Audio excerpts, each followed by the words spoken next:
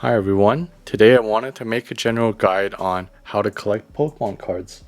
To begin with, I would like to say there's not actually one correct way to collect. You should always collect what you enjoy. Ultimately, this is your collection, so you should enjoy it and enjoy the process of doing so. However, I would give you guys some ideas of maybe what you can possibly collect, some of the major areas in the hobby that people do collect. This includes raw cards like here, graded cards, as well as sealed product, as you see in the back. Generally, if you are a beginner in this hobby, I recommend you to start off just opening some packs. This will allow you to kind of learn the different rarities of the cards, as well as it's a great introduction to the hobby in general, and it's not too expensive. This analysis will be based off of, and like I said previously, popular collection areas within the hobby from both a collecting and a investing point of view. For myself, I am a collector first, and I guess sort of an investor second. But again, I really enjoy just collecting these cards. So I would kind of go over all the, pros and cons within each of the different collecting areas. Let's start off with raw cards. So for collecting raw cards, you often, would obtain it from opening packs. As you see here, here's a sealed Pokemon card pack. You would open it and you would obtain those cards. It's a fun way to grow your collection. However, it's not the best financial option. Often it costs a lot of money to collect, to ultimately pull what you want.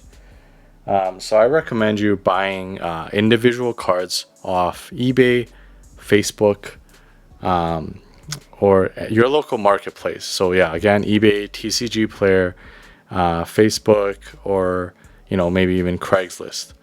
So I'm just gonna go over some examples of just raw cards.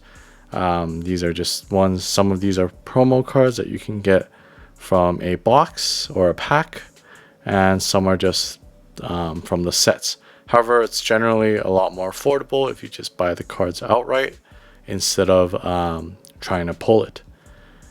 Generally, for me, I just like to collect, what's kind of cool and interesting and unique for myself. Here are some more cards. These are victory medal cards, Japanese cards too. These are a bit more exclusive, but again, these are just raw cards, ungraded, but they're in like a harder case. With these raw cards, the best thing about them is the barrier to entry is very low. It doesn't, a lot of these cards don't cost very much. Like these ones are probably only a few bucks. So it's very cheap to get into the hobby and start a collection. Here are some of my favorite cards. Some of these Charizards. But yeah, the cost, however, might fluctuate a bit more. So it's definitely a bit more, I would say, risky from an investment point of view. But they're definitely a lot of fun. You can later on grade them yourself by a third-party company. But I'll get into that a bit more further down the video. And also, a lot of people enjoy collecting sets. So basically, if you collect a set, you obtain every single card within a set. So here you can see the set has 214 cards, and you would complete a set by obtaining all of those cards. And a lot of people like to do that in a binder, as it's often quite rewarding. And it's kind of fun. You're putting together all the cards together side by side so you can look at them all together. So yeah, that's basically all I had to say for raw Pokemon cards. I think they are the cheapest to get into. For a few bucks, you can pick yourself some cards with very interesting art. So yeah, I think it's a great way to start. And let's move into our next section of the hobby. Well, next is collecting graded Pokemon cards. These are often graded by a third-party company, which not only authenticates the cards, but also gives it an objective grade. And the nice thing about this is it removes any ambiguity of what the condition of the card is. So often when you buy raw cards, You're not exactly sure. Like you can tell from the pictures if they're detailed enough, a general grade of what you might expect, but you don't know for sure how it would do. So it's nice getting it graded by a third party company that really can give you an accurate appraisal of what the condition is. So here I'm just showing some of my personal collection, a bunch of different cards that I have. I would say this is grading your cards or buying graded cards is especially good for vintage cards like this one, for example, since a lot of people do try to make fakes of the vintage cards, and it's a lot easier to fake the older cards. So buying a graded version allows you to know for sure that it's real, as well as it gives you an accurate grade of the current condition of the card, which is really useful. For graded cards, it's, especially if you're just buying the graded cards like these ones, they're a bit higher in risk, but they often have higher rewards. As a lot of, for example, these cards, the graded 10 version often gets a little bit of a premium compared to the graded 9, 8, and so on, as well as the ungraded raw copy. But yeah, it looks really nice, these cards in a case. It preserves the quality of the cards. The condition of the cards are preserved forever. And you really now have like a nice display piece, and these cases are UV resistant to a degree, so it kind of protects your cards from long-term degradation from the sun, and it helps keep your cards in the condition that you sent it off in. Yeah. Once you grade your cards, and especially if it gets a high grade, you often get a little bit of a increase in value of your cards, as now it is graded and it's authenticated. So that's another pro to grading your cards. I would say for card grading, you should probably stick to your major card grading companies. For example, I recommend PSA, BGS, or Beckett, as well as companies like CGC. These are generally the most reputable companies in the hobby. They have been grading cards or collectibles in general for a long time. And again, these companies usually hold their values pretty well, as they are the most reputable companies on the market, and generally they will also have the most demand. And yeah, that's pretty much for graded cards. Yeah, let me know if you guys have any questions on graded cards, but this is generally what I really like to collect. I do really enjoy being able to encase my favorite cards and also have a condition grade associated with it. All right, so for the last segment of the hobby that I would say most people do try to collect would be sealed products. This would be your booster boxes, your elite trainer boxes. So for example, these ones are elite trainer boxes, sealed booster packs, and other types of Pokemon products. For example, tins, boxes, mini tins, just the smaller products that you might find commonly on your store shelves. These are great display pieces to show off or to put in your own personal collection at home. As you can see here, this I actually put it on my shelf just to display, and it looks really nice in my opinion. And also, sealed products are honestly, in my opinion, one of the safest purchases within the hobby, especially from an investment point of view. They do have steady growth year after year, and they are one of the lowest risks in the hobby. And from history, basically, almost all of the sealed products have gone up in value. Even the worst sets, so even unpopular sets, the sealed version has been going up. So if you pick yourself up a sealed product in the store, you're doing pretty well. You're almost guaranteeing yourself that the product will never actually drop below that price point that you picked it up for. If you do pick it up, of course, for MSRP. I don't actually have any booster boxes on hand, but I'll show you guys a picture. These usually are available for most standard sets. They contain 36 packs. Generally, they're your most bang for your buck. So what I mean by that, it's the lowest cost per pack, and it's generally preferred to be open by many collectors, as it does actually guarantee you a certain amount of hits almost per box. However, one of the cons to booster boxes, it's generally really more susceptible to being reprinted. So that means the company itself, Pokemon, could start their printers up and reprint the set. So a new influx of inventory would go onto the market, and that again will drive your price down. Just supply and demand. Moving on to our next type of sealed product would be ETBs. So again, these are ETBs. Generally for Elite Trainer boxes, I recommend picking them up, especially if they are holiday sets, like here, Hidden Fates is an example of a holiday set. So what holiday sets usually refer to is like they're special sets, more so for collectors.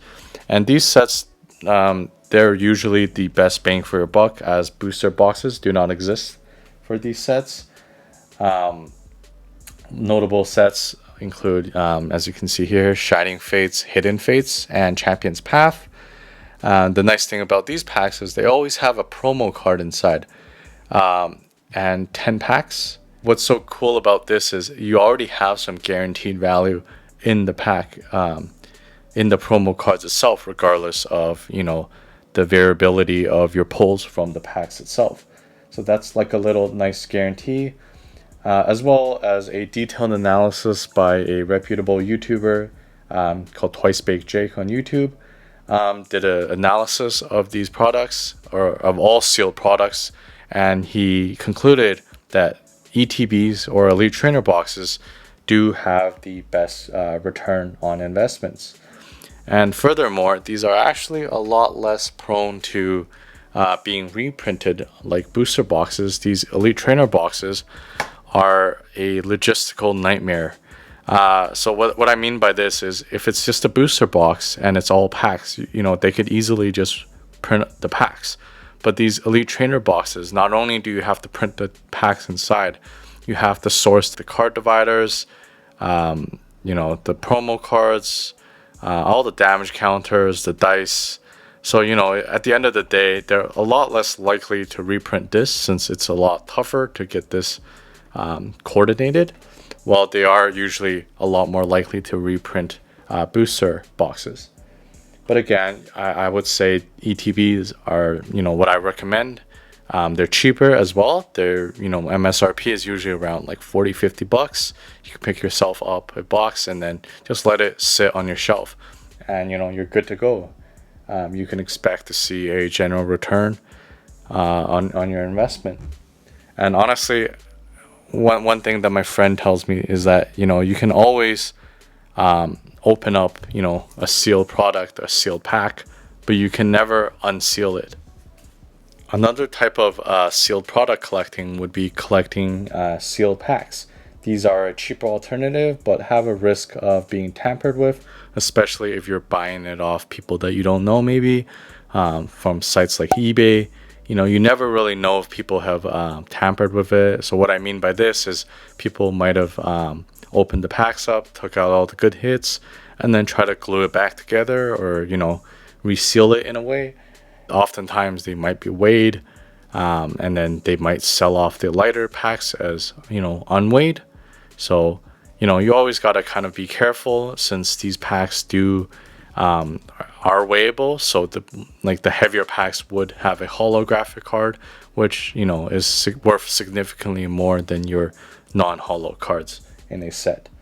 So generally, what I like to do is just always buy packs, and you should always buy packs assuming that it's a light pack, especially on eBay or online sources. So just never assume that it's a heavy. Just always assume that there's not going to be a holo in there.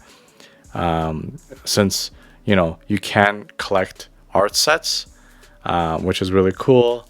So for example, let's see here, you can see these are Heart Gold Soul Silver packs. These are, over 10 years old, has a good history now.